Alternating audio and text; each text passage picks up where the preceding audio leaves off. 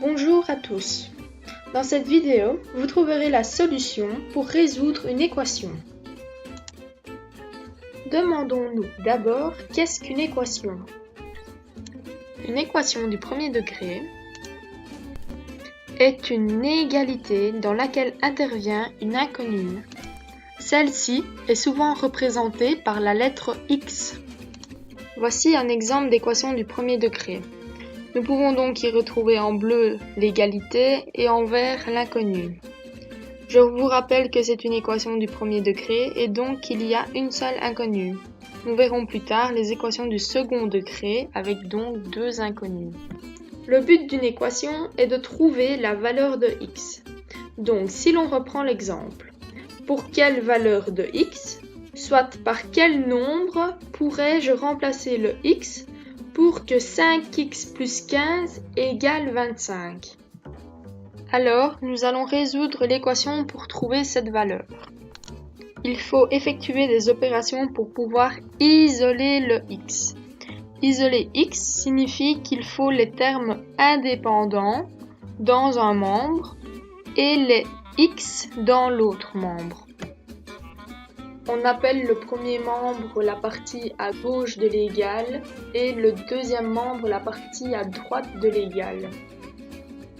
Alors, nous allons résoudre l'équation pour trouver cette valeur. On retire 15 aux deux membres de l'égalité, ce qui nous donne 5x égale 25 moins 15. Pour la ligne suivante, nous calculons le 25 moins 15, ce qui fait 10.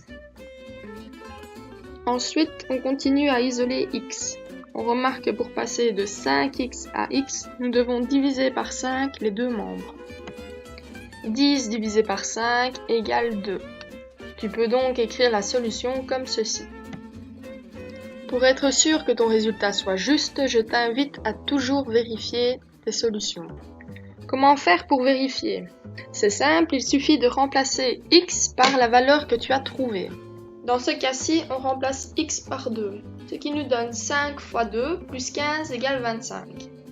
5 fois 2 devient 10, donc plus 15 égale 25.